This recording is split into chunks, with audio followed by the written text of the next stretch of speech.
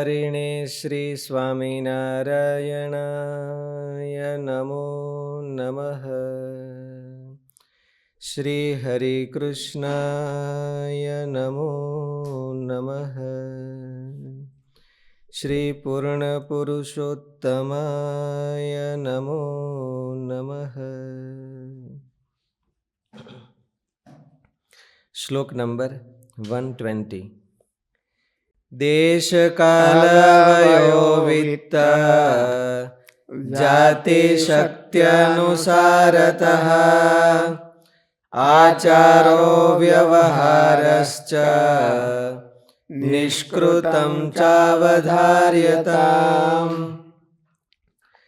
અને આચાર, વ્યવહાર અને પ્રાયશ્ચિત એ જે ત્રણ વાના તે જે તે દેશ, કાળ, અવસ્થા, દ્રવ્ય, જાતિ અને સામર્થ્ય એટલાને અનુસારે કરીને જાણવા. પ્રાતઃકાલીન સ્નાન આદિ આચાર, કરજ લેવું દેવું વગેરે વ્યવહાર અને પ્રાયશ્ચિત આ ત્રણમાં દેશ, કાળ, ઉંમર, ધન સંપત્તિ, જાતિ અને શક્તિને અનુસરીને કર્તવ્ય નિર્ણય લેવો. તેમાં દેશમાં કાંઈ ઉપદ્રવ તો નથી ને તે વિચારવું. કાળ, વસ્તુઓ સુલભ છે ને, દુર્ભિક્ષ તો નથી ને તે જોવું. ઉંમર, બાળક, યુવાન, વૃદ્ધ આદિને જાણવા. વિત્ત એટલે ધન સંપત્તિ કેટલી છે તે દેખવું. જાતિ, બ્રાહ્મણ વગેરેને જાણવા. શક્તિ, વ્યક્તિનું શરીર બળ કેવું છે તેમાં ધ્યાન આપવું. ધર્મશાસ્ત્રોમાં તો અનેક પ્રકારના દેશ, કાળ આદિને અનુસરીને આચાર, વ્યવહાર અને પ્રાયશ્ચિતના નિર્ણયમાં ઘણા જ પક્ષો, વિકલ્પો દેખાય છે. જેમ કે કાત્યાયન સૂત્રોના ઉપર હરિહર ભાષ્ય લખાયું છે. તેના અનેક પ્રકરણમાં સ્નાન વિધિ કયો છે. તેમાં સ્નાન 10 પ્રકારનું કહ્યું છે. નદી આદિના જળથી સ્નાન કરવું તે વારુણ સ્નાન મુખ્ય કહ્યું છે. જળથી સ્નાન થઈ શકે તેમ ન હોય ત્યારે પવિત્ર ભસ્મ આખા શરીર ઉપર લગાવવી તેને આગ્નેય સ્નાન કહ્યું છે. ગાયોની ખરીઓથી ઉડતી ધૂળને શરીર ઉપર ઝીલવી તેને વાયવ્ય સ્નાન ગણ્યું છે.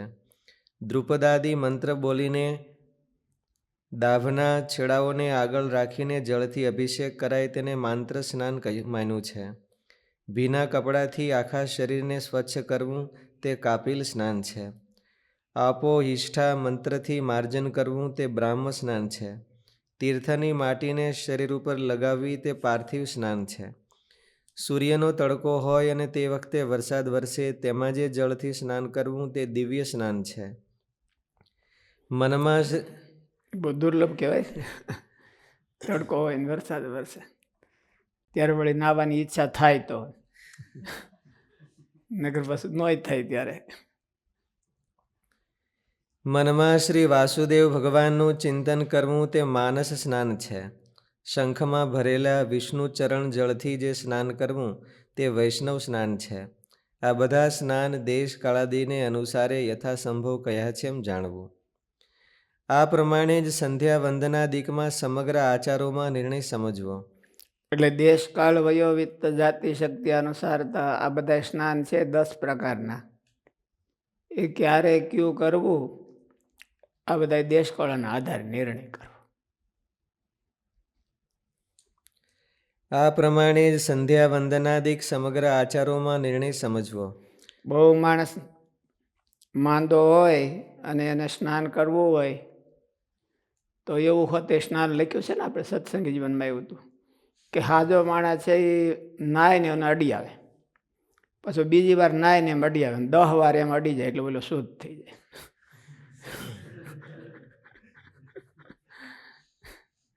એવું સત્સંગી જીવનમાં આવ્યું હતું.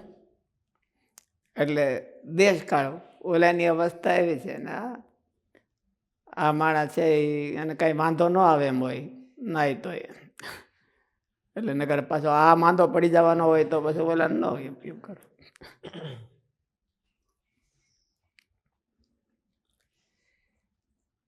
આ પ્રમાણે જ સંધ્યા વંદનાદિકમાં સમગ્ર આચારોમાં નિર્ણય સમજવો. તેમજ વ્યવહાર પ્રકરણમાં પણ વિચારવું. તે ભાસ્કરી વ્યવહાર એટલે રોટી બેટીના લેણ દેણ એમ. દીકરી દેવી લેવી એ બધા વ્યવહારો, અને ધન લેતી દેતી, મિલકત લેવા દેવાનું, એ બધું દેશકાળને અનુસારે રાખવાનું. તે ભાસ્કરીય વ્યવહાર મયુખમાં બૃહસ્પતિએ કહ્યું છે, રાજાએ દેશ, જાતિ અને કુળના પ્રાચીન આચારોનું પાલન કરવું. એકમાત્ર શાસ્ત્રનો જ આધાર લઈને નિર્ણય કરવો નહીં. આ રીતે જ પ્રાયશ્ચિતના સત્સંગી જીવનમાં પ્રકરણ આવે છે કે ક્યાં આવેલું બ્રાહ્મણ હતો ને, હા, હરિલામૃતમાં આવે છે.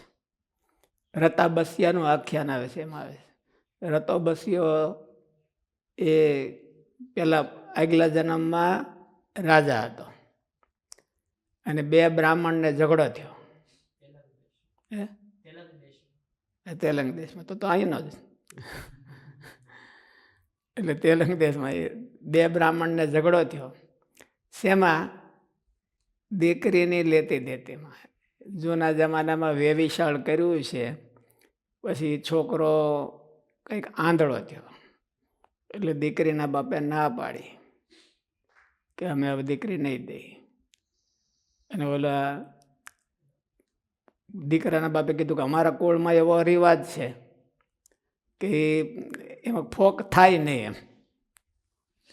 એટલે રાજા પાસે ગયા, રાજાએ નિર્ણય કર્યો કે ભાઈ સહજ છે કે દીકરી પછી આંધળાને થોડી આપે એમ. એટલે આ ઓલાના દીકરીના ફેવરમાં નિર્ણય આપ્યો. એટલે ઓલે શાપ દીધો કે તું આવો થઈ જા, જળ થઈ જા, રાક્ષસ થઈ જા. અને થઈ ગયો હોતે. અને પછી ઓલા આ રાજા ગીડગીડીને ઓલા પાસે થોડેક એને ઓલું કરાવ્યું. એટલે એને કીધું કે જાતાને ભગવાન મળશે ત્યારે. એટલે પછી મહારાજે એનો ઉદ્ધાર કર્યો હતો. અને એ રાક્ષસ થયો અને જંગલમાં પડ્યો હતો, અને મહારાજે એને જઈને પાટું માર્યું. એટલે એકદમ મહારાજના પગમાં પડ્યો. પછી મહારાજે એનો ઉદ્ધાર કરી અને કે જા તારો જન્મ સત્સંગમાં થાય. ને રતો બસ્યો ગાંડા જેવો હતો, પણ મહારાજમાં હેત હતો બહુ. અને ભાગવતમાં એક આખ્યાન આવે છે નૃગરાજાનું. નૃગરાજા કાકીડો થયા હતા. એમાં એવું બે બ્રાહ્મણોનો વિવાદ હતો. એક રાજાએ એક બ્રાહ્મણને ગાયો દીધી, અને એમાં બે ચાર ગાયો છે એ વળીને પાછી રાજાના ધણમાં આવી ગઈ. ગાયોનું તો એવું હોય ને કે જાય નહીં જલ્દી. પાછો બીજો બ્રાહ્મણ આવ્યો હતો, એને ગાયું દઈ દીધી. તે ઓલાની ગાય હતી એ આને દઈ દીધી. એટલે ઓલો લઈને જતો હતો કે આ તો મારી ગાય છે, કે ના મને તો રાજાએ આપી છે. બે પાછા રાજા પાસે ગયા. એટલે પેલા બ્રાહ્મણ પાછા બે આપણા જેવા જ હશે. એટલે કે ઓલો કે હું પાછી દઉં નહીં. ઓલો કે હું મારી એ જ ગાય જોઈ. રાજા કે એને બદલે બીજી 1000 ગાયું દન દઉં. એમ નહીં, મારે તો ઓલી જ ગાય જોઈ. એટલે પછી બે થઈને રાજાને શાપ દીધો. અને ઓલો રાજાને કીધું કાકીડો થાતો. કાકીડો થઈને પડ્યો. ઓલા બીજા બ્રાહ્મણને કીધું કે તું કાંઈક મારો ઉદ્ધાર કર, એટલે કે તને ભગવાન મળશે ને. શ્રી કૃષ્ણ ભગવાને એને પછી ચરણ સ્પર્શ કર્યો, ને ત્યારે એનો નૃગ રાજા હતો, નૃગ નામ હતું એનું, અને એનો ઉદ્ધાર કર્યો ભગવાને. આ બધા વ્યવહારો લેતી દેતીને વ્યવહારો છે. બોલા હરિલામૃતમાં જે રતાબસિયાનું આખ્યાન આવ્યું એમાં કુલાચાર પ્રધાન છે. શાસ્ત્રાચાર કરતા કુલાચાર મોટો છે. શાસ્ત્રાત રૂઢિ બલિયસી. રૂઢિ છે એ એના કરતા, રૂઢિ એટલે કુલાચાર. કુળ પરંપરામાં જે આ ધર્મ હોય એ ત્યાગ ન કરવો. શાસ્ત્રના જોરે કરી નહીં. સારો આચાર હોય, વિશુદ્ધ આચાર હોય. કુળ પરંપરામાં નબળો આચાર હોય તો એનો ત્યાગ કરવો. મહારાજ વખતે સત્સંગી જીવનમાં પ્રકરણ આવે છે કે ભાડેરમાં મહારાજ પધાર્યા હતા, ત્યાં દરબારો મહારાજના આશ્રિતો થયેલા. એટલે એને મહારાજને પૂછ્યું, મહારાજ અમારે આ દશેરા આવે છે તો અમારા કુળમાં એવો રિવાજ છે કે પાડો વધારે, દેવીને પાડો વધારે, અને આવું બધું થાય છે. મહારાજ કે એનો ત્યાગ કરી દેવાનો. એવો કુળ રિવાજ હોય તો એવો કુળ રિવાજ છે એ શાસ્ત્રાર્થ બલી હશે એવું ન કહેવાય. વિશુદ્ધ પરંપરા હોય એ શાસ્ત્રાર્થ બલી હશે, શાસ્ત્રાર્થ રૂઢિર બલી હશે. વિશુદ્ધ પરંપરા હોય, ગુરુ પરંપરા હોય, તો આપણી પરંપરા છે તો ગુણાતીતાનંદ સ્વામી, બાળ મુકુંદ સ્વામી, નારાયણદાસ સ્વામી, આ બધા મોટા મોટા સંતો, શાસ્ત્રીજી મહારાજ, એણે જે રીતભાત રાખી હોય એ બરાબર ગઈ, એ શાસ્ત્રાર્થ બલી હશે. શાસ્ત્ર કરતાં પણ થોડીક પ્રાયોરિટી બળી હશે. નો અર્થ એવો છે કે પહેલાં આને પ્રાધાન્ય આપવું, એનો લોપ ન કરવો. બીજો શાસ્ત્રમાં સારો વિકલ્પ મળી જાય તો એનો બહુ લોપ ન કરવો. સુધારો કરીને આગળ થોડુંક વધારે કરવું હોય તો કરવો, એમાં કંઈ વાંધો નહીં, પણ એનો લોપ ન કરાય. કારણ કે શાસ્ત્રાર્થ રૂઢિર બલી હશે. એટલે શાસ્ત્રાચાર અને કુળાચાર એ પવિત્ર હોવો જોઈએ. એનું વિશેષણ એવું અવિગિત અલૌકિક શિષ્ટાચાર અથવા કુલાચાર. નિંદિત ન હોવો જોઈએ અને પરલોક સંબંધી હોવો જોઈએ. આ લોકમાં ખાવું પીવું ને આન તેની તો ઠીક છે, પણ પરલોક સંબંધી હોવો જોઈએ. તો એવો જે કુલાચાર અને એવો જે સદાચાર, પરંપરા, રૂઢિ, એ શાસ્ત્ર કરતાં એને પ્રાયોરિટી આપવી, એવું શાસ્ત્રોનું.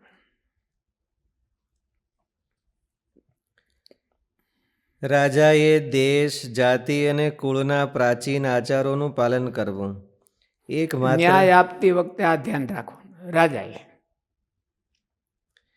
એકમાત્ર શાસ્ત્રનો જ આધાર લઈને નિર્ણય કરવો નહીં. આ રીતે જ પ્રાયશ્ચિતના નિર્ણય વખતે પણ દેશ, કાળ, જાતિ અને કુળના પ્રાચીન આચારોનું પાલન કરવું. તે વૃદ્ધ પરાશરે કહ્યું છે કે સ્ત્રીઓ, બાળકો, વૃદ્ધો, ગરીબો અને જેનું શરીર સારું ન હોય, ઉપવાસ આદિ કરી શકે તેમ ન હોય, તો તેના ઉપર અનુગ્રહ દયાભાવ કરવો. એને એવું પ્રાયશ્ચિત આપવું. પાછું હાવ પ્રાયશ્ચિતનો લોભ ન કરવો. તો પ્રાયશ્ચિતનો લોભ કરે તો એ પરસતને પ્રાયશ્ચિત કરવું પડે. નિર્ણય આપણે માફ કર્યું હોય એને પ્રાયશ્ચિત કરવું પડે. એટલે પ્રાયશ્ચિતનો લોપ ન કરવો, એની શુદ્ધિ પણ થાય અને ઓલું પણ જળવાઈ રહે એવું. એટલે દેશકાળનું બહુ ધ્યાન રાખો. સ્ત્રીઓ, બાળકો, વૃદ્ધો, ગરીબો અને જેનું શરીર સારું ન હોય, ઉપવાસ આદિ કરી શકે તેમ ન હોય, તો તેના ઉપર અનુગ્રહ દયાભાવ કરવો. તે પણ દેશ, કાળ, ઉંમર, સામર્થ્ય આ બધાને જાણી સમજીને અનુગ્રહ કરવો, એમ સંત મહાપુરુષોએ કહ્યું છે. યુગના અનુગ્રહમાં બે વાના ધ્યાનમાં રાખવાના. શાસ્ત્ર જળવાઈ રહેવું જોઈએ અને આ વ્યક્તિ છે એનો પ્રાણઘાત ન થવો જોઈએ. એની શુદ્ધિ તો થવી જોઈએ. પાછી હાવ શાસ્ત્રને ઓલું પ્રાયશ્ચિતને માફ કરી દે તો શુદ્ધિ ન થાય ને આને પાપ લાગે નિર્ણય દેનારા. અને એ પાપ, એ બધું પાપ નિર્ણય દેનારા ઉપર જાય. યુગના ઘસારા પ્રમાણે મનુષ્યોના ધર્મ સત્યયુગ, ત્રેતાયુગ, દ્વાપરયુગ અને કળિયુગ પ્રત્યેક યુગમાં જુદા જુદા હોય છે. આવું પણ સ્મૃતિ વાક્ય કહેવાય છે. કળયુગમાં પ્રાણાંત પ્રાયશ્ચિત ન આપવું એવું લખ્યું. મનુ મહારાજે લખેલી મનુસ્મૃતિના ધર્મ સતયુગમાં પાળવા, ગૌતમ સ્મૃતિમાં કહેલા ધર્મ ત્રેતાયુગમાં પાળવા, શંખ અને લિખિત મુનિની સ્મૃતિમાં કહેલા ધર્મ દ્વાપરમાં પાળવા અને પરાશર સ્મૃતિમાં કહેલા ધર્મ કળયુગમાં પાળવા. અમુક તો બધાય ચારે ચારના કોમન ધર્મ હોય, બધા યુગમાં પાળવાના હોય. અમુક દેશકાળને અનુસારે કીધા હોય એ ત્રેતામાં ને બધાયમાં વિભાગ કરવાની જરૂર ન હોય, કોઈક જ એવા હોય. મહર્ષિ યાજ્ઞવલ્ક્યે કહ્યું છે કે જે બાબતમાં અમે પ્રાયશ્ચિત ન કહ્યું હોય ત્યાં દેશ, કાળ, ઉંમર, સામર્થ્ય અને પાપને જાણી જોઈને પ્રાયશ્ચિતની કલ્પના કરવી અર્થાત પ્રાયશ્ચિત નક્કી કરવું. કોઈક એવું પાપ છે, અત્યારે આ કોમ્પ્યુટર લાઈન છે, એના વ્યવહારો કે આ હેક કરી જાય, ડેટા હેક કરી જાય તો એનું શું પાપ લાગવું? પહેલાં તો હોનું હેક કરી જતા એટલે હોનાની ચોરીની પ્રાયશ્ચિત કરી દીધું એમ. પણ કોમ્પ્યુટરના ડેટા હેક કરી જાય તો શું પ્રાયશ્ચિત દેવું? તો એ તો કંઈ ક્યાંય ઋષિઓને ખબર હશે કે કેમ? ખબર તો હશે પણ કોઈ કીધું નથી કે ડેટા હેકનું આટલું પાપ અને એનો આટલો દંડ. એટલે રાજાએ પછી એનો નિર્ણય કરવાનો કે એમાં એને નુકસાન કેટલું થાય છે. જેનો હેક કર્યો હોય એનું એને નુકસાન કેટલું થાય છે અને નુકસાનને આધારે એની વેલ્યુએશન કરીને એને વેલ્યુએશન પ્રમાણેનું પાપ નિર્ણય કરવો અને દંડ કરવો એનો. અહીંયા પંડિત વિજ્ઞાનેશ્વરે મિતાક્ષરામાં કહ્યું છે કે જે અનેક પ્રાયશ્ચિત કહ્યા અને હવે કહેવાશે તેમાં દેશ કાળાદિકને જોઈ વિચારીને જ તે પ્રાયશ્ચિત આપવું કે જે રીતે પ્રાયશ્ચિત કરનારાનું જ મરણ ન થાય. જૂના જમાનામાં જે ચોરીઓ નહોતી એવી નવી પ્રકારની હવે ચોરીઓ થઈ. અહીં આપણે ઓલા સત્યમ કંપનીવાળાએ ઓલી શેની ચોરી કરી કહેવાય? આ ફોનના ઓલા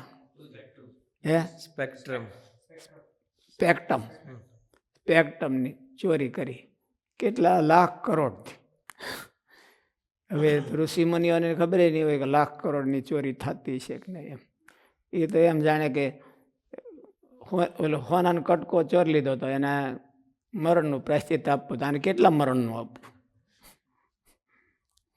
અમેરિકામાં એવો દંડ હોય છે, કોઈની ઉંમર 50 વર્ષની હોય તો એને 150 વર્ષની જેલ આપે. એટલે એને 200 વર્ષ જીવવાનો હોય. એ જીવવાનો ભલે ને ગમે એટલો હોય પણ આને એને વેલ્યુએશન કર્યું કે આને 150 વર્ષની જોઈ એવી હોતે જેલ આપતા હોય છે. અમેરિકામાં એવી રીતે હોય છે. અહીંયા પંડિત વિજ્ઞાનેશ્વરે મિતાક્ષરામાં કહ્યું છે કે જે અનેક પ્રાયશ્ચિત કયા અને હવે કહેવાશે તેમાં દેશ કાળાદિકને જોઈ વિચારીને જ તે પ્રાયશ્ચિત આપવું કે જે રીતે પ્રાયશ્ચિત કરનારાનું જ મરણ ન થાય. કરનારાનું મરણ ન થાય અને શાસ્ત્ર લોપ ન થાય, ઓલાની શુદ્ધિ થાય અને કેટલું નુકસાન થયું છે એના આધારે પ્રાયશ્ચિત કલ્પવું. જો જોવા વિચારવામાં ન આવે તો મુખ્યના પ્રાયશ્ચિત કરનારના પ્રાણનો જવાનો જ પ્રસંગ આવે. આગળ કહેશે કે દિવસે વાયુ ભક્ષણ કરીને ઊભો રહે, રાત પાણીમાં વિતાવીને સૂર્ય દર્શન કરે. તેમાં જો હિમાલયની આસપાસમાં રહેનારાને પાણીમાં રહેવાનું કહેવાય અથવા શિયાળામાં જ્યારે ખૂબ જ ઠંડી પડતી હોય ત્યારે પાણીમાં રાત વિતાવવાનું પ્રાયશ્ચિત કહેવાય તો તે કરનારનું મરણ જ થાય. માટે દેશ કાળ આદિને જાણી વિચારીને આપણે કહી છે ને ઓલા આપણે રાજકોટ ઓફિસમાં એક દાદા હતા. એટલે અમે બધા રાજકોટ હતા કે ગિરધરભાઈ તમે આપણે તમને માર્ગ સ્નાન કરાવવું છે અમારે કે નહીં હો, મહારાજે ના પાડી છે. અમે કીધું મહારાજે કીધું એટલે તો કરાવવું છે. મહારાજે માર્ગ સ્નાનની આજ્ઞા કરી પણ મહારાજે બોલી હોતે ના પાડી હતી ને કે આપઘાત ન કરવો એમ. એટલે જો હું માર્ગ સ્નાન કરું તો આપઘાત જ સીધો થઈ જાય એટલે આપઘાત ન કરવો એમ. માટે દેશ કાળ આદિને જાણી વિચારીને પાણીમાં રહીને રાત વિતાવવાનું પ્રાયશ્ચિત કહેવું. આ રીતે ઉંમર આદિમાં પણ જાણી લેવું. શ્લોક નંબર 121. મતમ વિશિષ્ટાદ્વૈતમ ભાષ્યનું વંચાઈ ગયું છે.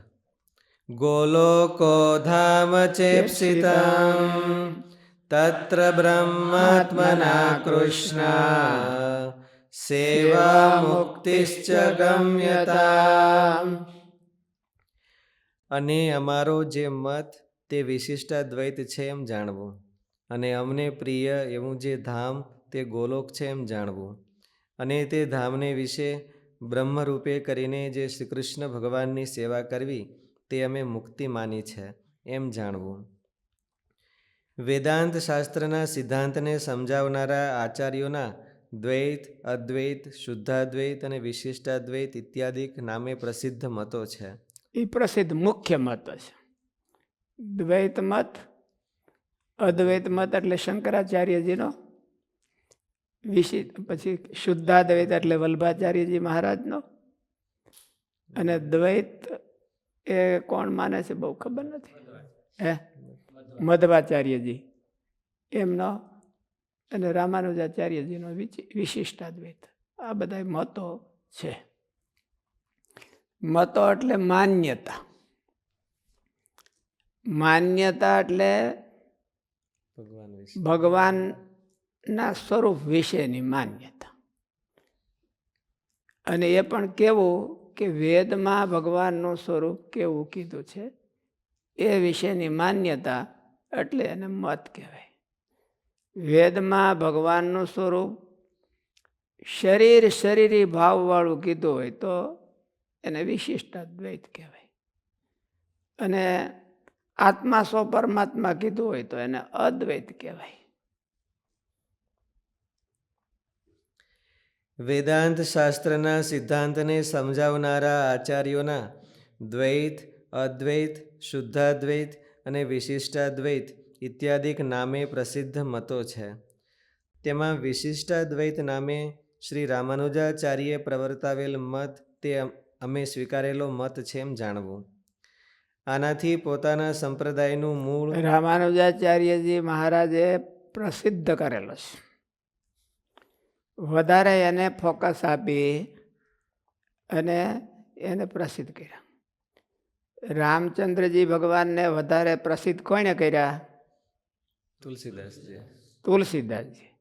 રામચંદ્રજી ભગવાન તો ઠેઠ ત્રેતાયુગમાંથી હતા, અને તુલસીદાસજી તો હમણાં 400 વર્ષ પહેલા થઈ ગયા.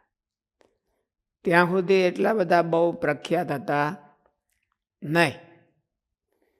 તુલસીદાસજીએ રામકથાઓ કરી અને આખા ભારતમાં ગામડે ગામડે ચોરા સ્થાપી દીધા, અને રામચંદ્રજી ભગવાનની પ્રતિષ્ઠા કરી દીધી. એટલે પ્રસિદ્ધ કરનારા તુલસીદાસજી કહેવાય. શ્રીમદ ભાગવતનું પણ વધારે પ્રવર્તન વલ્ભાચાર્યજી મહારાજે કર્યું, અને શ્રી કૃષ્ણ ભગવાનની ઉપાસના વધારે એણે પ્રવર્તાવી. ત્યાર પહેલાં એટલી બધી નહોતી, પણ વલ્ભાચાર્યજી મહારાજે એને વધારે પ્રવર્તાવી. એમ વિશિષ્ટાદ્વૈત મતનું રામાનુજાચાર્યજીએ વધારે ઉજાગર કર્યો. એ મત તો હતો જ વેદાંતમાં, એ મત તો એની પહેલાના બધા જે આચાર્યો કોણ હતા? યામુનાચાર્યજી હતા, દ્રવિડાચાર્ય, આપણે બ્રહ્માનંદી, એ બધા હતા વ્યાખ્યાન. કે બ્રહ્માનંદીની એ વ્યાખ્યા તો ઠેઠ વ્યાસ ભગવાનના શિષ્યએ કરી હતી. એટલે એ મત તો ઠેઠ વેદમાં જ એના બીજ પડ્યા છે. એને બહાર કેમ કાઢવા? તો રામાનુજાચાર્યજી કાઢ્યા. એટલે રામાનુજાચાર્યજીના શ્રીજી મહારાજ ફોલોવર હતા એવું ન કહેવાય. મહારાજે એ વિશિષ્ટાદ્વૈત મત છે એ વેદોમાંથી ગ્રહણ કર્યો છે. પણ વિશિષ્ટાદ્વૈત મત હું કોને કહેવાય? તો એની ઉપર રામાનુજાચાર્યજી મહારાજે પહેલાં બહુ કાર્ય કરેલું છે. એટલે મહારાજે સીધું અતિદેશ કર્યો કહેવાય આને. કોકે અધૂરું કામ કર્યું હોય એની પૂરું એ પકડી લેવું, એને અતિદેશ કહેવાય. એને જે મત કર્યો હતો, મત ગ્રહણ કર્યો હતો વેદમાંથી, એને અમે જ એ જ મતને અમે પણ ગ્રહણ કરીએ છીએ. પણ 100% મહારાજ એના ફોલોવર છે એવું નથી. એ મતમાં પણ ચીનનો એ તો બધા ફરી જ જાય છે, પણ વિશિષ્ટાદ્વૈત મતમાં પણ રામાનુજાચાર્યજીની રામાનુજાચાર્યજી મહારાજની માન્યતા છે, એના કરતાં અમુક અંશે મહારાજની માન્યતા થોડીક જુદી પડે છે. પણ વિશિષ્ટાદ્વૈત નથી ડેમેજ થતો. વિશિષ્ટાદ્વૈતમાં જ મહારાજની માન્યતા થોડીક જુદી હોય અને રામાનુજાચાર્યજી મહારાજની માન્યતાઓ થોડી જુદી હોય. એટલે હાવ બેઠું લઈ લીધું છે મહારાજે. ઘણા આપણે એમ કે વાતો કરતા હોય ને કે ઓલાનું આ લઈ લીધું, ઓલાનું આ લઈ લીધું, ઓલાનું આ લઈ લીધું. એટલે મહારાજે કાંઈ પોતાનું ઓન ક્રિએશન નહીં, એસેમ્બલ કર્યું છે. મહારાજ એસેમ્બલ કરે એવા હતા નહીં. મહારાજનું ઓન ક્રિએશન છે. મહારાજની પોતાની સ્વતંત્ર મત છે અને મહારાજે વેદોમાં પોતે જ વિચાર કરીને પોતે આ મત ગ્રહણ કર્યો છે. પણ એનો પરિચય આપવા માટે મહારાજે એવું કીધું કે રામાનુજાચાર્યજીએ પૂર્વે અમારા પહેલાં પણ આ વિશિષ્ટાદ્વૈત મતનું પ્રવર્તન કરેલું છે. અમારે એને વિરોધ નથી, પણ હાવ એની કોપી મારી નથી.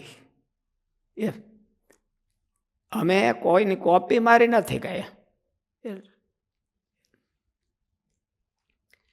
તેમાં વિશિષ્ટાદ્વૈત નામે શ્રી રામાનુજાચાર્યે પ્રવર્તાવેલ મત તે અમે સ્વીકારેલો મત છે એમ જાણવું. આનાથી પોતાના સંપ્રદાયનું મૂળ શ્રી રામાનુજ સંપ્રદાય છે આવું સૂચિત થાય છે એમ પણ સમજવું. એટલે એ પછી ટીકાકારોએ લખી નાખ્યું હોય.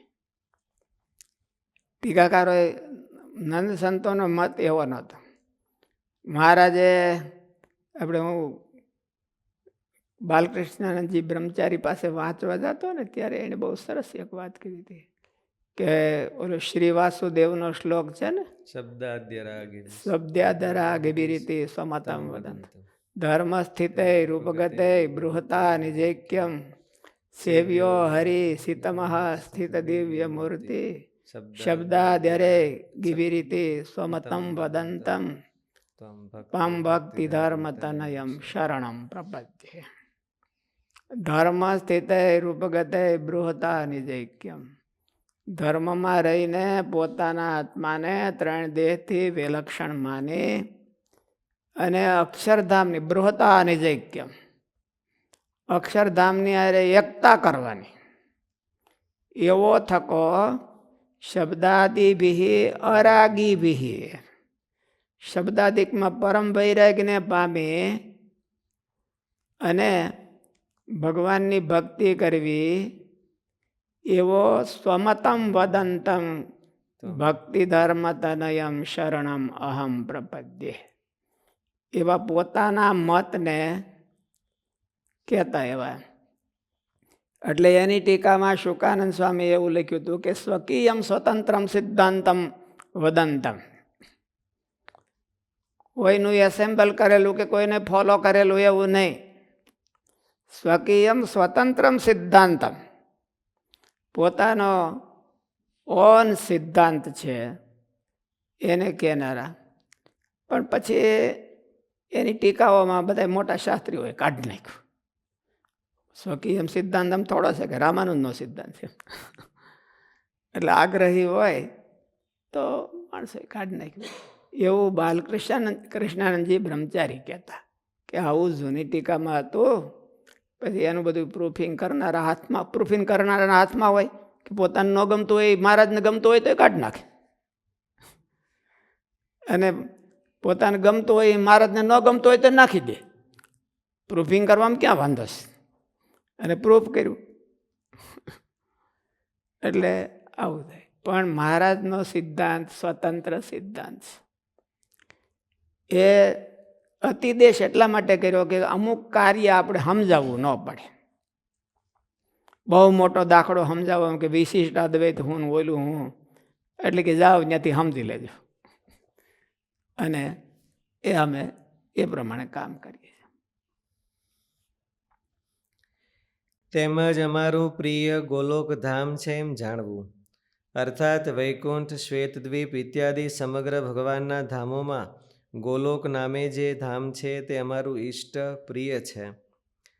બ્રહ્મ વૈવર્ત પુરાણના શ્રી કૃષ્ણ જન્મખંડમાં અને સ્કંદ પુરાણ વિષ્ણુખંડના વાસુદેવ મહાત્મ્યમાં ગોલોક ધામનું સ્વરૂપ કહ્યું છે, તે ત્યાંથી જાણી લેવું. તેમજ તે હજી ગોલોક વાસુદેવ માધ્યમમાં આવવાનું છે. આપણે તો હજી 13-14 અધ્યાય સુધી જ ભોગ્યા છે ને, એટલે આવશે. તેમજ તે ગોલોક ધામમાં બ્રહ્મ ભાવે કરીને શ્રી કૃષ્ણ ભગવાનની સેવા કરવી તે જ અમારે મતે મુક્તિ છે, પણ સાલોક્યાદી મુક્તિ નથી એમ તમારે જાણવું.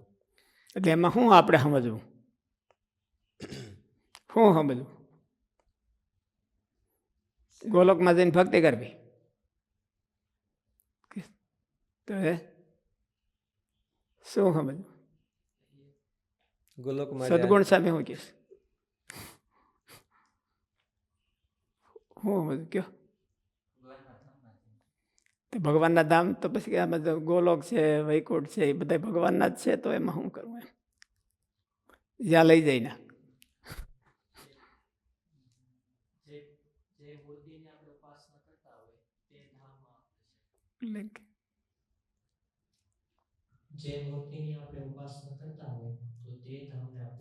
એ હોય ને જવું.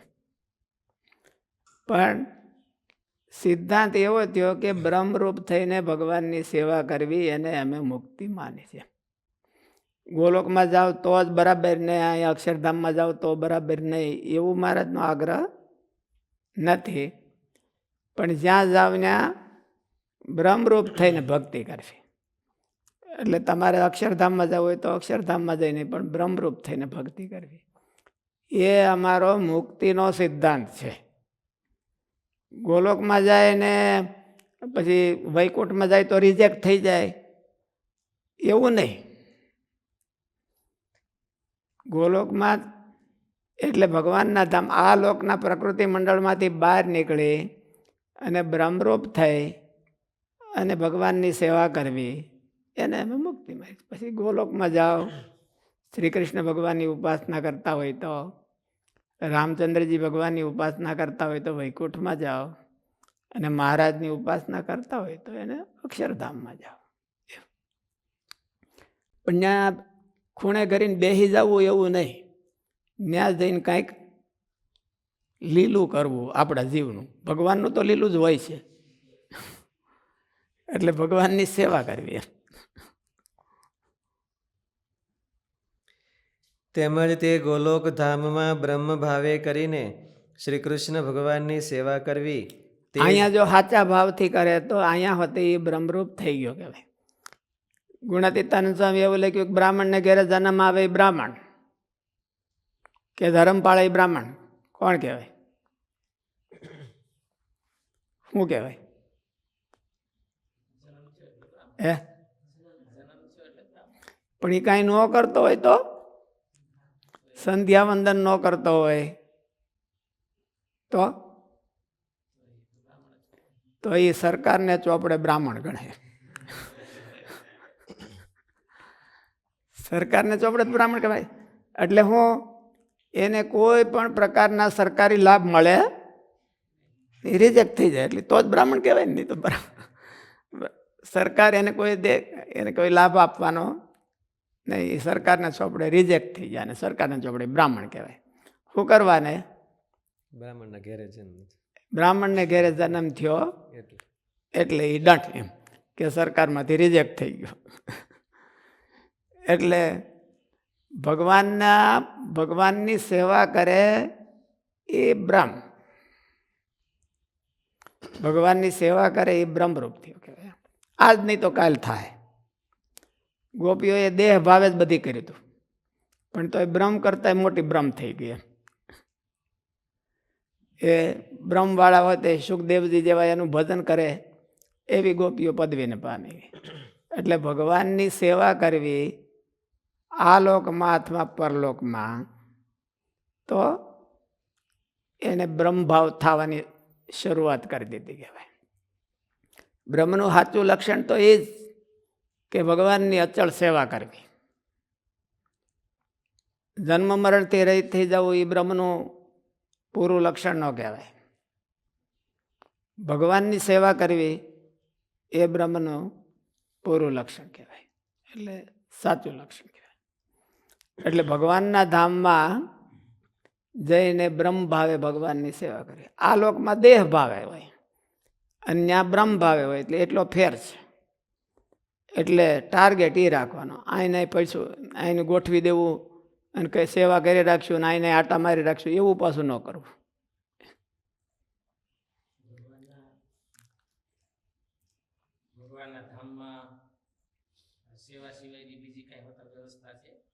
ધ્યાન હશે.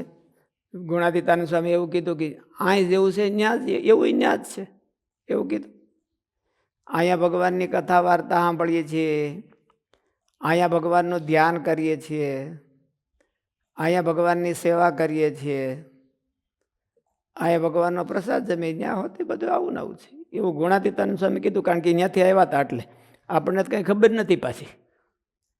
પણ એણે બધા ત્યાંથી આવેલા હતા, એ બધા એણે એવું કીધું કે ઘણું ખરું અહીંના જેવું છે. અહીંયા આપણે પાઠવે આવતા હોય એવું ત્યાં નથી. અહીંયા આપણે ક્યારેક ક્યારેક આપણને સોલો ચડી જાય ને એકાબીજા પાઠવે આવી તો એ ત્યાં કોઈ દી નથી આવતા. એટલું બાકી તો બધું અહીંથી જે પણ આપણે સારું કરીએ છીએ એ બધું ત્યાં, એવું ગુણાતીતાનંદ સ્વામી કીધું કે અહીંયા આપણે ભગવાનનું ધ્યાન કરીએ તો ત્યાં બધા મુક્તો ભગવાનનું ધ્યાન કરતા હોય, સેવા કરતા હોય, ભગવાનના ગુણગાન ગાતા હોય. હલ્લામૃતમાં અક્ષરધામનું વર્ણન આવે છે, એમાં આવે છે ને, કોઈક મુક્ત પ્રભુની છબીને નિહાળે, કોઈક પદ્મ સરખા પગને પખાળે. એટલે એમાં હલ્લામૃતમાં અક્ષરધામનું વર્ણન આપ્યું છે. બીજે બધી ગોલોકનું બધી વર્ણન આપ્યા છે, પણ હલ્લામૃતમાં અક્ષરધામનું વર્ણન આપ્યું છે. અને એમાં બધા અહીંયા શું કરે છે એ હોતે આપ્યું છે. એટલે એ વાંચી લેવું, બહુ મોટું પ્રકરણ છે. અને આપણે શું કરવું, એમાં ક્યાં સેટ થવું, એ બધું આપણે ગોઠવવું પડે ને. કે ભાઈ હાલો આપણે આપણો રોલ ક્યાં છે, આપણને તો રસોડું ફાવે છે તો અહીંયા રસોડામાં કરી જવું ભીમની ઘોડે, નકર પૂરું ન થાય. એટલે ગુપ્તવાસરીઓ તો મારે ભીમ કે મારે ક્યાં જવું, એટલે કે તમે રસોઈયા થાવ, અને રસોઈયા ખાતા જાણતા હોય અને આવડતું હોય થોડું ઘણું. મારા જેવો જ કોઈ નકરું ખાવાનું જાણે, રસોડું ન જાણે. નકર ખાતા આવડતું હોય ને સ્વાદ હોય એ રસોઈ હોતે જાણે, કારણ કે એને ખબર હોય ને. આપણે ભાઈ સરળ સ્વામી કેમ બધી ચટણી ને એવું બધું જણાવે છે, એને કે ખાધું હોય એટલે.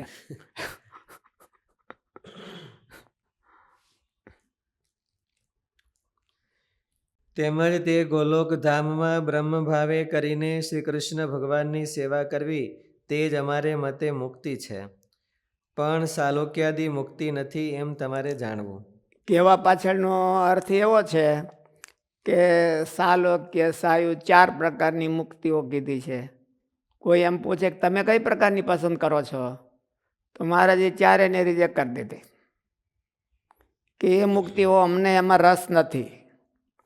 તો તમે કઈ પ્રકારની મુક્તિ છે, એટલે કે ભાઈ અમારે તો ભગવાનના ધામમાં જઈને બ્રહ્મરૂપે કરીને સેવા કરવી એ મુક્તિ છે. એવી મુક્તિ તો શાસ્ત્રમાં ક્યાંય કીધી નથી, તમે ક્યાંથી નવી કાઢી? તો મહારાજે કીધું કે મેં મતમ તત્ર બ્રહ્માત્માના કૃષ્ણ સેવા મુક્તિ મેં મતમ વિશિષ્ટાદ્વૈતમ મેં. એટલે આમાં જે શ્લોકમાં બધું કીધું એ બધું મેં મતમ, અમે એવું માન્યું. બીજા કોઈ માનતા હોય કે ન માને એનો અરે અમારે સંબંધ નથી, પણ અમે તો બ્રહ્મરૂપ થઈને ભગવાનની સેવામાં જે અમને રસ આવે છે એવો બીજે ક્યાંય રસ આવતો નથી, એટલે અમારો મત છે. એવું તમારે માનવું હોય ને તમે જો અમારા હોય તો માનજો, ન હોય તો જેના હોય એ માનજો.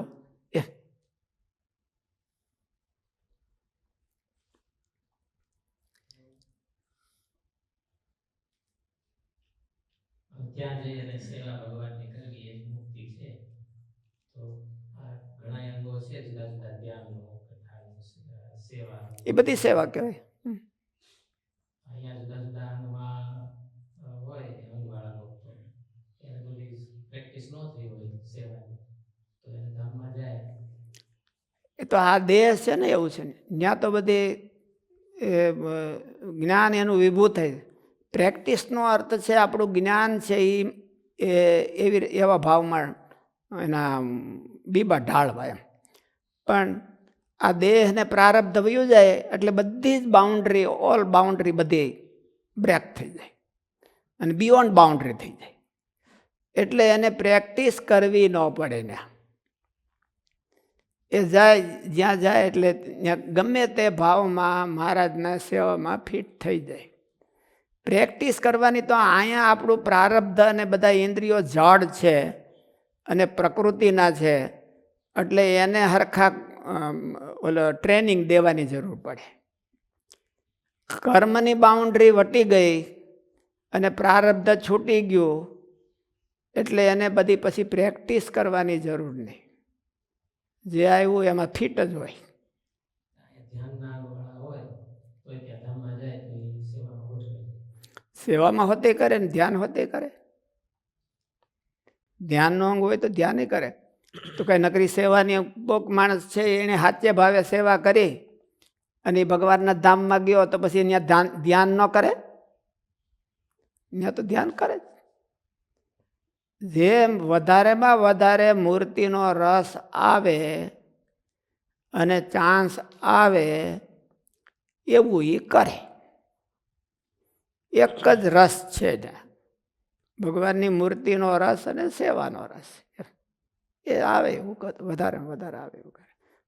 સેવામાં પણ મૂર્તિનો જ રસ છે, એના રાજીપાનો રસ છે. એ રાજી જેમ થાય એમ એને ધામમાં કરે.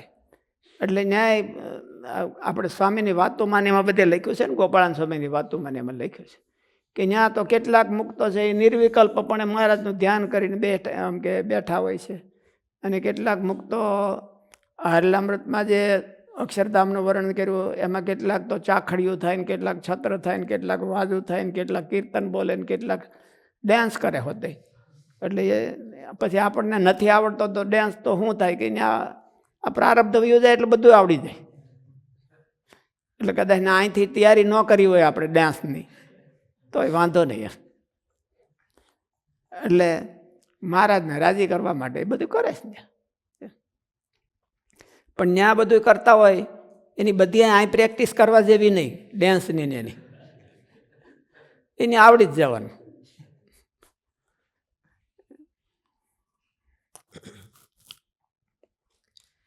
તેમજ તે ગોલોકધામમાં બ્રહ્મ ભાવે કરીને શ્રી કૃષ્ણ ભગવાનની સેવા કરવી તે જ અમારે મતે મુક્તિ છે, પણ સાલોક્યાદી મુક્તિ નથી એમ તમારે જાણવું.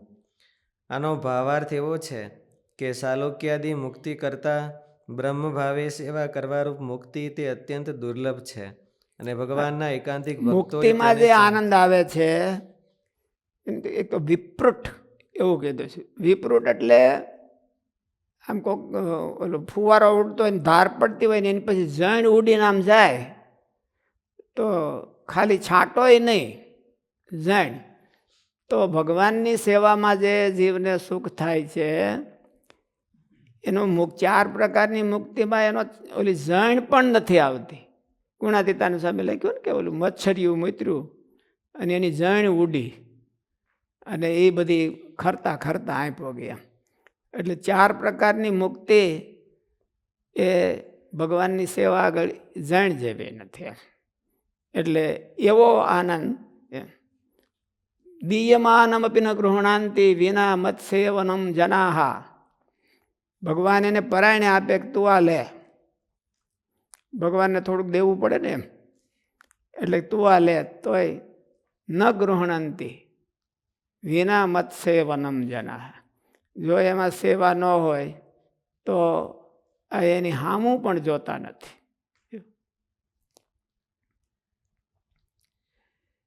આનો ભાવાર્થ એવો છે કે સાચા જીવથી જો ભગવાનની સેવા કરે તો એને જીવન મુક્તિ કહેવાય, અને ઓલી પરમેનન્ટ મુક્તિ કહેવાય.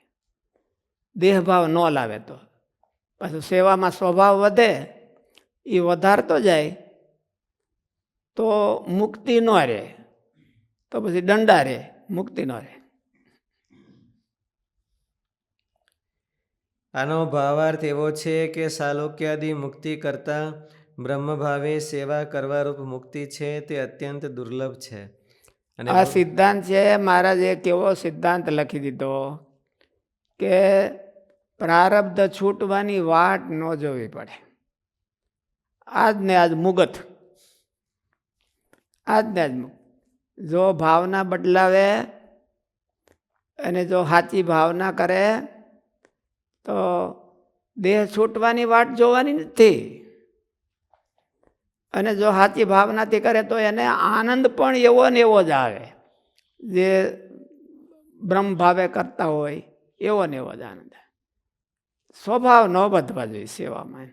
પોતાના વધારે એ તો સ્વભાવ વધે છે સેવામાં, એની જાણે નથી વધતા. એનો ઇન્ટેન્શન જ એવો હોય કે સેવા કરીશ તો થોડોક લાભ લઈ લેવો, નહીં તો સેવાનો ફાયદો શું?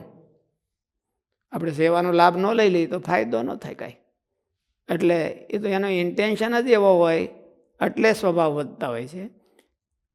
સેવાને આધારે સ્વભાવનો જો સ્વભાવ ઘટાડવાનો ઇન્ટેન્શન હોય તો સ્વભાવ ઘટે હોતે, વધે જ એવું કંઈ જરૂર નહીં. અને વધારવા જ પડે, વધારે વિના હાલે નહીં એવું નહીં. આનો ભાવાર્થ એવો છે કે સાલોક્યાદિ મુક્તિ કરતાં બ્રહ્મભાવે સેવા કરવારૂપ મુક્તિ છે તે અત્યંત દુર્લભ છે અને ભગવાનના એકાંતિક ભક્તો જ તેને ચાહે છે. તે શ્રીમદ્ ભાગવતમાં કહ્યું છે કે મારા જે એકાંતિક ભક્ત છે તેમને હું આપું છું, છતાં તે સાલોક્ય, સાર્ષ્ટિ, સામીપ્ય, સારૂપ્ય અને એકત્વ ભાવને પામવું આવી મુક્તિઓને ગ્રહણ કરતા નથી. દેહમાન ન ગૃહણંતિ વિના મત સેવનમ જનાય. મારા ચરણ કમળની સેવામાં લાગ્યા રહેતા અને મારી પ્રસન્નતા માટે જ બધી પ્રવૃત્તિ કરનારા કેટલાક મારા ભક્તો મારી એકાત્મતાને અર્થાત મારા સાયુજ્યની સમાન ગુણ યોગની પણ સ્પૃહા રાખતા નથી. જે ભક્તોનું મન ભગવાનની સેવામાં પ્રેમથી લાગ્યું રહે છે, સાયુજ્ય ભક્તિ એટલે સમાન ગુણ, ભગવાન જેવા ગુણો પામવા, ભગવાન જેવું ઐશ્વર્ય પામવું. સામર્થ્ય આવે એ સારું કે નહીં?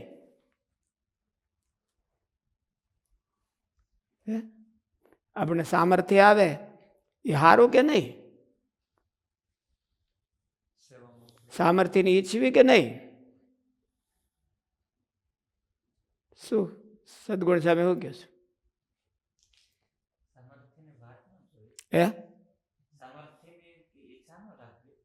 ઈચ્છા નો પણ તો ઈચ્છા તો એટલે તો આપણે તો ઈચ્છા રાખવી કે નહીં એવું કેમ, એ તો પ્રશ્ન છે. સામર્થ્યની ઈચ્છા રાખવી કે હાવ આપણે ઓલા નમાલા જ રહેવું? સામર્થ્ય નમાલા, સામર્થ્ય ન હોય એટલે નમાલા કહેવાય. હાવ પામર જ રહેવું કે સામર્થ્ય રાખવી કાંઈ ઈચ્છવી કે નહીં?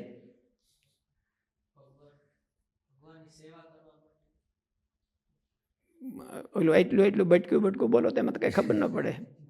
સેવા શું સેવા એમ?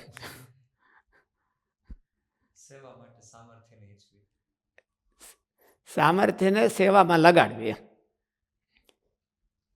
એટલે તો વાંધો નહીં. ભગવાનને મુક્તિની હારે વિરોધ નથી, પણ સેવા વિનાની મુક્તિની હારે વિરોધ છે. એ બધી જેમ જેમ જાજી સામર્થ્ય હોય એમ જાજી સેવા કરી શકતા હોય તો સારું કહેવાય. ભગવાનને વધારે રાજીપો થાય એમાં કંઈ વાંધો નહીં. પણ સામર્થ્ય લઈ લે અને સેવા ન કરે એટલે ચોર કહેવાય.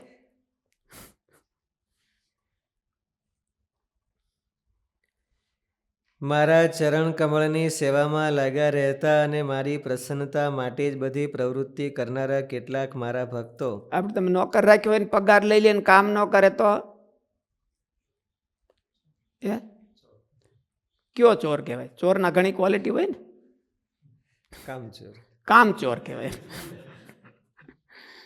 એટલે સેવાની ઈચ્છા ન હોય એ બધા કામચોર કહેવાય.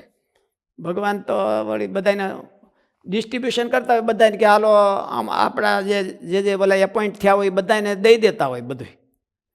એટલે આ લઈ આવે ખરો, પછી કામ ન કરે એટલે ચોર કહેવાય, કામચોર કહેવાય. અને કામચોરને અને સેવાને બેને ક્રોસિંગ છે ને. કામચોર ન હોય એ જ સેવા કરી શકે. મારા ચરણ કમળની સેવામાં લાગ્યા રહેતા અને મારી પ્રસન્નતા માટે જ બધી પ્રવૃત્તિ કરનારા કેટલાક મારા ભક્તો મારી એકાત્મતાને અર્થાત મારા સાયુજ્યની સમાન ગુણ યોગની પણ સ્પૃહા રાખતા નથી. જે ભક્તોનું મન ભગવાનની સેવામાં પ્રેમથી લાગ્યું રહે છે તેમને તો મોક્ષ પણ તુચ્છ વસ્તુ છે. હે ભગવાન, તે એકાંતિક ભક્તોને મતે તો મુક્તિ પણ મહત્ત્વની ચીજ નથી, તો પછી બીજા ભોગ સુખની તો વાત જ શું કહેવી. જેણે પોતાનો આત્મા મારા સ્વરૂપમાં મારી સેવામાં જોડી દીધો છે તે બ્રહ્માનું પદ, દેવરાજ ઇન્દ્રનું પદ, ચક્રવર્તી સામ્રાજ્ય, રસાતળનું આધિપત્ય, અષ્ટાંગ યોગથી મળતી સિદ્ધિઓ અને મોક્ષ સુદ્ધા મારા સ્વરૂપ સિવાય કાંઈ જ ચાહતા નથી. મારી સેવાથી પોતાને પરિપૂર્ણ માનનારા મારા એકાંતિક ભક્તો સેવાથી મળતી સાલોક્યાદી ચતુર્ધા મુક્તિને પણ જો ચાહતા ન હોય તો પછી કાળે કરીને નષ્ટ થઈ જતી બીજી વસ્તુને તો ચાહે જ કેમ? મારા અનન્ય પ્રેમી અને ધૈર્યવાળા સાધુ ભક્ત હું તેને આપું છું છતાં તે કૈવલ્ય મુક્તિને પણ ચાહતા નથી. મારા સ્વરૂપમાં એકાંતિક ભાવવાળા મારા ભક્ત મારા સ્વરૂપ સિવાય કાંઈ પણ બીજું ચાહતા નથી. ભગવાનના સ્વરૂપમાં એકાંતિકી ભક્તિ થવી તે સંતોને પણ દુષ્પ્રાપ્ય છે. તે ભક્તિ પ્રાપ્ત થઈ ગયા પછી તે ભક્તિથી જે બીજા સાધનોથી આરાધી શકાતા નથી આવા ભગવાનને આરાધીને તેમના ચરણકમળ સિવાયની બીજી વસ્તુને કોણ ચાહે? ભગવાનને શરણે રહેલા જે એકાંતિક ભક્ત છે તે ભગવાનની પાસેથી કાંઈ પણ ઈચ્છા રાખતા નથી. જે ભક્તો નિષ્કામ ભાવથી ભગવાનની આરાધના કરે છે બીજી વસ્તુની તો વાત જ શું કહેવી. નરસિંહ મહેતાએ કીધું છે ને એમ કે હરિના જન તો મુક્તિ ન માગે, માગે જન્મો જન્મ અવતાર છે. નિત્ય સેવા નિત્ય ઉત્સવ, નિત્ય નિરખવા નંદકુમાર છે. હરિના જન તો મુક્તિ, ભૂતળ ભક્તિ પદાર્થ મોટું, બ્રહ્મલોકમાં નાહી. આ લોકમાં ભગવાનની સેવા મળે છે એવી બ્રહ્માના લોકમાં, બ્રહ્મલોકમાં એટલે ઓલો બ્રહ્મલોક એમ નહીં, અક્ષરધામ નહીં, બ્રહ્મલોકમાં નાહી. ભૂતળ ભક્તિ પદાર્થ મોટું, એક માણસના દેહમાં જ ભગવાનની સેવા થઈ શકે છે. મુકુંદ સેવો પૈકમ સ્પૃહાહી નાહ, એવું દેવતાઓએ કીધું છે ને. ભગવાનની સેવા જેનાથી થાય છે એવું મનુષ્ય શરીર અમે ઈચ્છીએ છીએ. એટલે એ એક મનુષ્ય શરીરમાં જ થાય છે. જે ભક્તો નિષ્કામ ભાવથી ભગવાનની આરાધના કરે છે બીજી વસ્તુની તો વાત જ શું કહેવી, પણ જે મોક્ષની પણ ઈચ્છા નથી કરતા તે જ પોતાના સ્વાર્થમાં નિપુણ છે. ભક્તિથી શાંતિ પામેલા ભક્તજનો તો પરમ પુરુષાર્થરૂપ આત્યંતિક મોક્ષને પણ ચાહતા નથી. તેઓ ભગવદીય છે એટલે તેમના બધા જ પ્રયોજન સમાપ્ત થઈ ચૂક્યા હોય છે. ઉદ્ધવજીએ કહ્યું છે કે હે સ્વામીન, આપના ચરણ કમળોની સેવા કરવામાં પુરુષોને આ સંસારમાં ધર્મ, અર્થ, કામ અને મોક્ષ આ 4 પુરુષાર્થોમાંથી કોઈ પણ પુરુષાર્થ દુર્લભ નથી. મને તેની કાંઈ ઈચ્છા નથી. હું કેવળ આપના ચરણ કમળોની સેવામાં લાલસા રાખું છું. ભગવાન પણ આવી પોતાની સેવા પરમ એકાંતિક ભક્તોને જ આપે છે, પણ સર્વ ભક્તોને નથી આપતા. મુક્તિ દદાતે ન છે ભક્તિ. મુક્તિ બધાને આપી દે. ભગવાન રાજી થાય તો મુક્તિ જેને જોઈએ ને આપી દે. સેવા બધાને આપે ને, શું કરવાનું આપે? સેવા આપીને માથાનો દુખાવો કરો ને. પછી કેટલાક સેવકો હોય તો માથાનો દુખાવો થાય તો, એટલે ભગવાન એમ જાણે કે પછી આપણે ઓલી એસ્પ્રિન લેવી એના કરતાં પહેલેથી આને રાખવા જ નહીં સેવામાં. પછી આને લઈને પછી એને કહે કે તમે 2-3 એસ્પ્રિન લેતા આવજો, એટલે પછી તમે અહીંયા આવો એટલે મારે સીધી લઈ લેવાની. એટલે સેવા ભગવાન બધાને નથી આપતા એમ, કારણ કે એને એસ્પ્રિન લેવી પડે ને અક્ષરધામમાં હોય કે નહીં, અને કોરોનામાં શોર્ટેજ થઈ ગયું હોય તો શું ખબર પડે. તે મહાત્મા શુકદેવજીએ કહ્યું છે કે, હે રાજન, ભગવાન શ્રી કૃષ્ણ સ્વયં પાંડવોના અને યાદવોના રક્ષક, ગુરુ, ઈષ્ટદેવ, સુહૃદ અને કુલપતિ હતા. અરે, ક્યારેક તો તેઓ આજ્ઞાકારી સેવક પણ થઈ જતા. કૃષ્ણ પાદાવને જને યુધિષ્ઠિરના યજ્ઞમાં શ્રી કૃષ્ણ ભગવાને પત્રાવળી ઉપાડી એમ, એ ભગવાન હોતે સેવક થઈ જાય. એટલે ભગવાને તો મહારાજે તો બહુ એવું કીધું છે કે અમને જો સેવા ન મળે તો નિરાશ થતી નથી. અમને જો ભગવાનના ભગતની સેવા ન મળે તો નિરાશ ન થાય. એટલે મહારાજે તો આ મતને એટલા માટે મહારાજે એવું કીધું કે મેં મતમ, બીજા કોઈક માનતા હોય કે ન માનતા હોય, ક્યાંય લખ્યું હોય કે ન લખ્યું હોય, એ અમારે જોવા જવું નથી. અમે આ ઘરનું રાખીશ. બીજું બધું શાસ્ત્રમાંથી લીધું, પણ આ શાસ્ત્ર મળતું હોય તો શાસ્ત્રમાંથી જ છે, પણ તમે ક્યાંક ભાડું ન હોય તો કાંઈ નહીં. કે તે મહાત્મા શુકદેવજીએ કહ્યું છે કે, હે રાજન, ભગવાન શ્રી કૃષ્ણ સ્વયં પાંડવોના અને યાદવોના રક્ષક, ગુરુ, ઈષ્ટદેવ, સુહૃદ અને કુલપતિ હતા. અરે, ક્યારેક તો તેઓ આજ્ઞાકારી સેવક પણ થઈ જતા. પોતાનું ભજન કરનારાને ભગવાન ભલે મુક્તિ આપે છે, પણ સહેલાઈથી ક્યારેય ભક્તિયોગ આપતા નથી. સેવા નથી આપતા. બહુ જ એને ઈચ્છા હોય કે એમ લાગે કે તો 2-3 વાર પરીક્ષા કરીને ભગવાનને એમ થાય કે હવે મારે એસ્પ્રિન નહીં લેવી પડે, આને રાખી તો એને, તો પછી આપી દે. પોતાનું ભજન કરનારાને ભગવાન ભલે મુક્તિ આપે છે, પણ સહેલાઈથી ક્યારેય ભક્તિયોગ આપતા નથી. આને જ એકાંતિકી ગતિ અને બ્રહ્મ પ્રાપ્તિ કહેવાય છે. હવે આ વાતનો વિસ્તાર કરવો નથી. અહીં કોઈ શંકા કરે કે ભાગવતમાં તો ભગવદ રૂપતાને જ મુક્તિ કહી છે. જેમ કે જ્યારે મનુષ્ય સમગ્ર કર્મોનો ત્યાગ કરીને મને આત્મસમર્પણ કરે ત્યારે તે મારો વિશેષ માનનીય થઈ જાય છે. પછી હું તેનો જીવભાવ છોડાવીને અમૃત સ્વરૂપ મોક્ષ આપું છું અને મારામાં મળીને મારું સ્વરૂપ થઈ જાય છે. આવું ઉદ્ધવજીને ભગવાને કહ્યું છે. અને હે કમલ નયન, માનવ જ્યારે મનમાં રહેલી બધી જ કામનાઓને છોડી દે છે ત્યારે તે ભગવત સ્વરૂપ ભાવને પામી જાય છે. આ શ્રી નૃસિંહજીની બ્રહ્મ એવો ભાવ તે એ તો બ્રહ્મ થઈ જાય છે. તો એવું તમે કીધું છે, તો આનું તો હું સ્વામી, હા, મુક્તિ ને ઈશ્વરે કીધું કે આપણે કામ ક્રોધાદિક થી રક્ષા કરજો, એવી જ આપણે પ્રાર્થના કરીએ, એવી ઈચ્છા રાખવી કે મહારાજ આપણને કામ ક્રોધાદિક જે શત્રુ છે એનો એનાથી રક્ષા કરે, તો એ કેમ સમજવું? એ તો સેવા હરખી થાય એટલા માટે જ આપણે પ્રાર્થના કરી છે ને.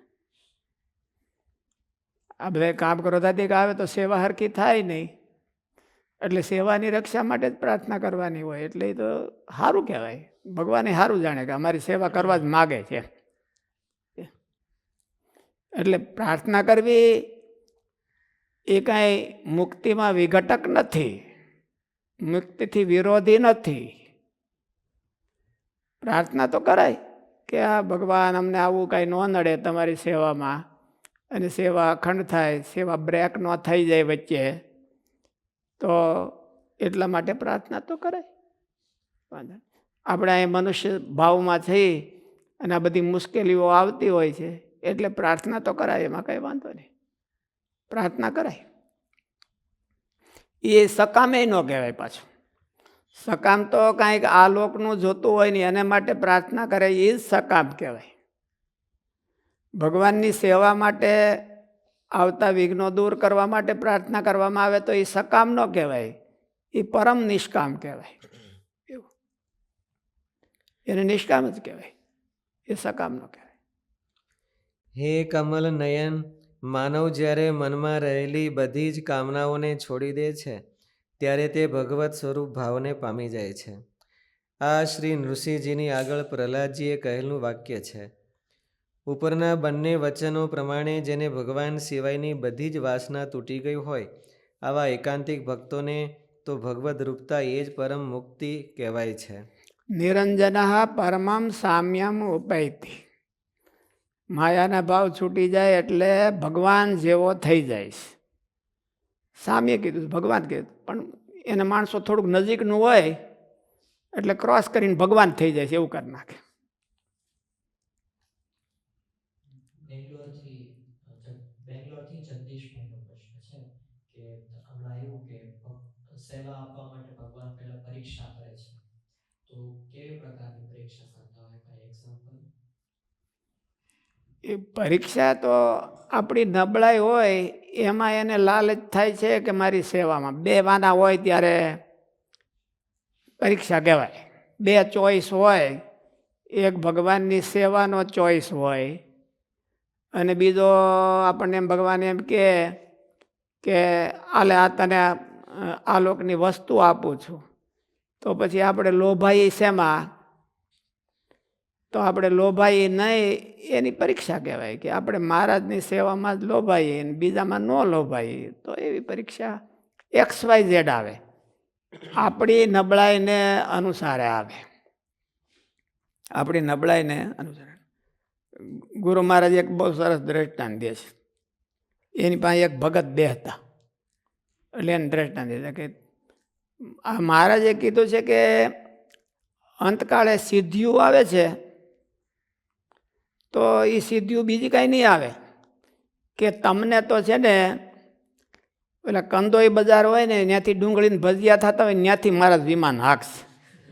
એટલે ખાવાના બહુ પ્રેમી હોય ને ડુંગળીને ભજીયાના બહુ શોખીન હોય, એટલે કે ત્યાંથી વિમાન હાંકશે. એટલે ડુંગળીના તાજે તાજે બરાબર ભજીયા થતા હોય ને ગંધ આવે એટલે એ ત્યાં લોભાઈ જાય કે મહારાજ અહીં ઊભું રાખો તો પડીકું બાંધી લઉં.